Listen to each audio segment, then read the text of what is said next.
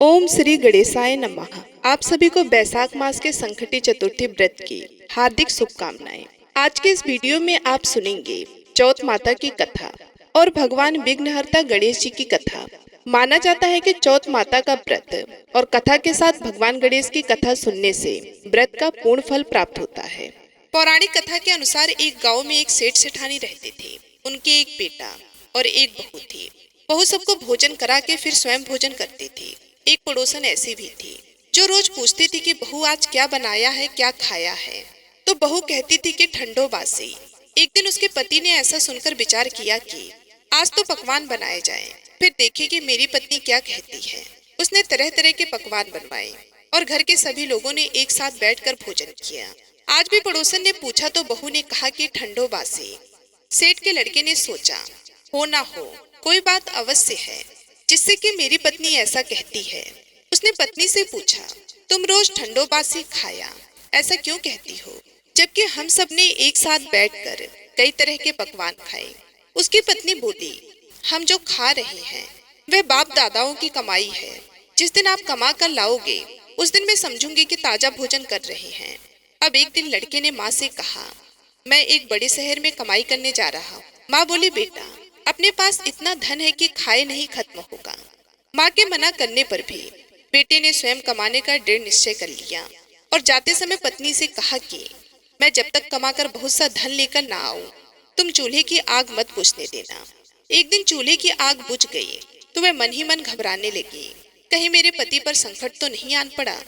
जल्दी से पड़ोसन से आग लाकर चूल्हे में रख दो। ऐसा विचार करके पत्नी पड़ोस में गई। वहाँ पड़ोसन चौथ माता का व्रत और पूजन कर रही थी। पड़ोसन ने कहा, थोड़ी देर में आकर ले जाना। तो बहू ने पड़ोसन से पूछा, आप यह व्रत क्यों करती हो, इससे क्या मिलता है। पड़ोसन ने कहा कि चौथ माता के इस व्रत को करने से अन्न और लक्ष्मी मिलती है और अपनी मनोकामनाएं पूर्ण होती है। अब वह भी चौथ माता का व्रत करने लगी। दीवार पर उसने चौथ माता का चित्र बनाया। उस दिन घी और गुड़ का चूरमा बनाकर रात्रि को चंद्रमा को अर्घ्य देकर उसने भोजन किया। ऐसा करते करते बहुत दिन हो गए। चौथ माता ने उस बहू के पति को सपना दिया कि साहूकार का बेटा तू जाग, तेरी पत्नी तुझे बहुत याद कर रही है। घर जाकर उसकी चिंता मिटा दे। तू दुकान खोलकर कंकु केसर का पगलिया बना के बैठ जाना। आज तेरा हिसाब किताब चुकता हो जाएगा। अब तो चौथ माता ने जैसा कहा था वैसा ही हुआ। उसने घर जाने की तैयारी की और गाड़ी भर के धन दौलत लेकर चल दिया। रास्ते में एक बड़ा सा काला नाग फन फैलाए बैठा था और कहने लगा कि आज तो मैं तुझे डसूंगा, छोड़ूंगा नहीं।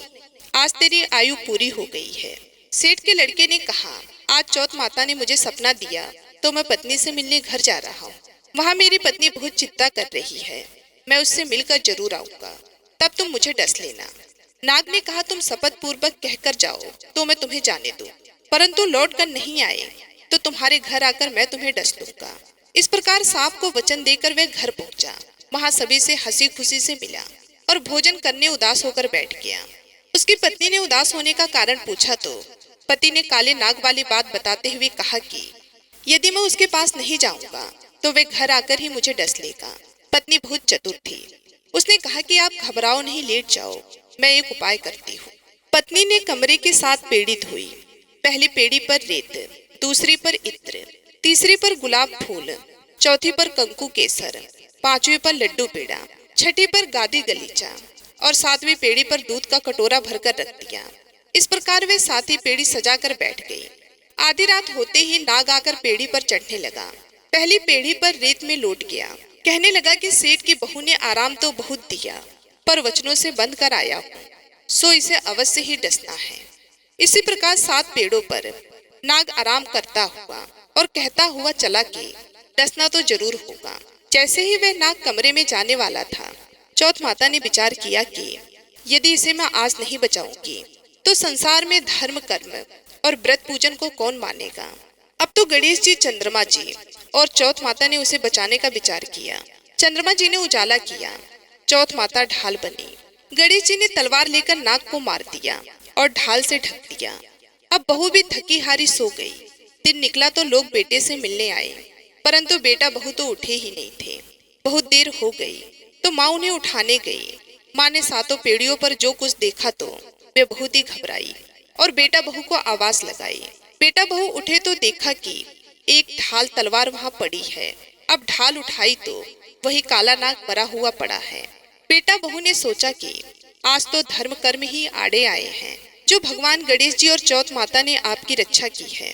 हे चौथ माता, आपने जैसे सेठ के बेटे बहू की रक्षा की, वैसे ही सबकी रक्षा करना। बोलो चौथ माता की जय। कहा जाता है कि भगवान विघ्न हरता गणेश जी की कथा सुने बिना चौथ माता के व्रत की कथा अधूरी मानी जाती है। इसलिए अब सुनिए भगवान गणेश की कथा। एक समय की बात है, विष्णु भगवान का विवाह लक्ष्मी जी के साथ निश्चित हो गया। विवाह की तैयारियां होने लगी। सभी देवताओं को निमंत्रण भेजे गए, परंतु गणेश जी को निमंत्रण नहीं दिया गया। कारण जो भी रहा हो, अब भगवान विष्णु की बारात जाने का समय आ गया। सभी देवता अपनी पत्नियों के साथ विवाह समारोह में आए। उन सब ने देखा कि गणेश जी कहीं दिखाई नहीं दे रहे हैं। तब वो आपस में चर्चा करने लगे कि क्या गणेश जी को न्योता नहीं दिया गया है या स्वयं गणेश जी आए ही नहीं हैं। सभी को इस बात पर आश्चर्य होने लगा। तभी सबने विचार किया कि विष्णु भगवान से ही इसका कारण पूछा जाए। विष्णु भगवान के पूछने पर उन्होंने कहा कि हमने गणेश जी के पिता भोलेनाथ महादेव को न्योता भेजा है। यदि गणेश जी अपने पिता के साथ आना चाहते हो तो वो आ जाते। अलग से न्योता देने की कोई भी आवश्यकता नहीं थी। दूसरी बात ये है कि उनको 1.25 मन मूंग, 1.25 मन चावल, 1.25 मन घी और 1.25 मन लड्डू का भोजन दिन भर में चाहिए। यदि गणेश जी नहीं आएंगे तो कोई बात नहीं, दूसरे के घर जाकर इतना सारा खाना पीना अच्छा भी नहीं लगता। इतनी वार्ता कर ही रहे थे कि किसी एक ने सुझाव दिया, यदि गणेश जी आ भी जाए तो उनको द्वारपाल बनाकर बिठा देंगे कि आप घर की देखभाल करना। आप तो चूहे पर बैठकर धीरे धीरे चलोगे तो बारात से बहुत पीछे रह जाओगे। ये सुझाव भी सबको पसंद आ गया, तो विष्णु भगवान ने भी अपनी सहमति दे दी।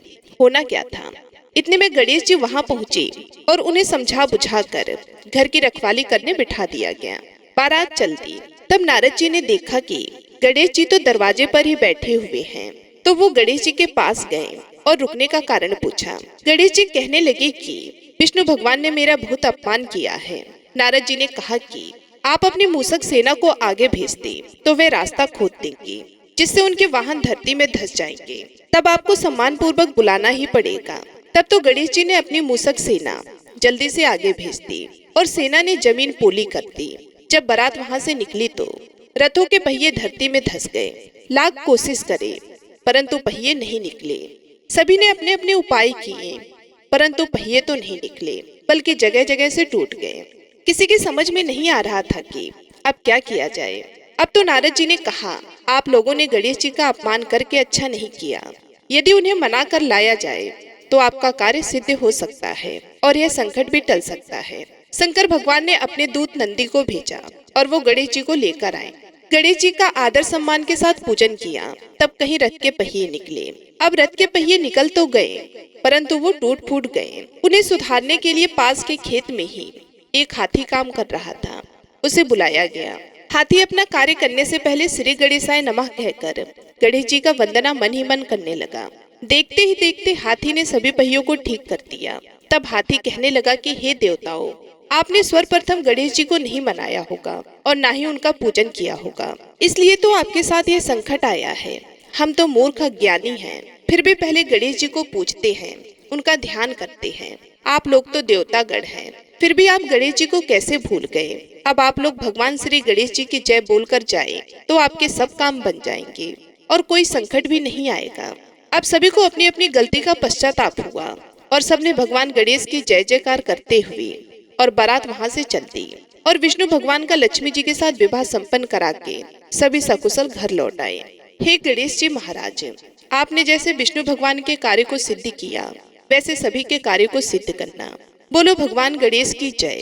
तो ये थी आज की चौथ माता की कथा और विघ्नहर्ता भगवान गणेश की कथा। आज की कथा अच्छी लगे तो वीडियो को लाइक करना मत भूलिए और कमेंट में चौथ माता की जय और भगवान गणेश की जय भी लिखिए। और हमारे चैनल को अभी तक यदि आपने सब्सक्राइब नहीं किया है तो चैनल को भी सब्सक्राइब कर ले। ओम श्री गणेशाय नमः।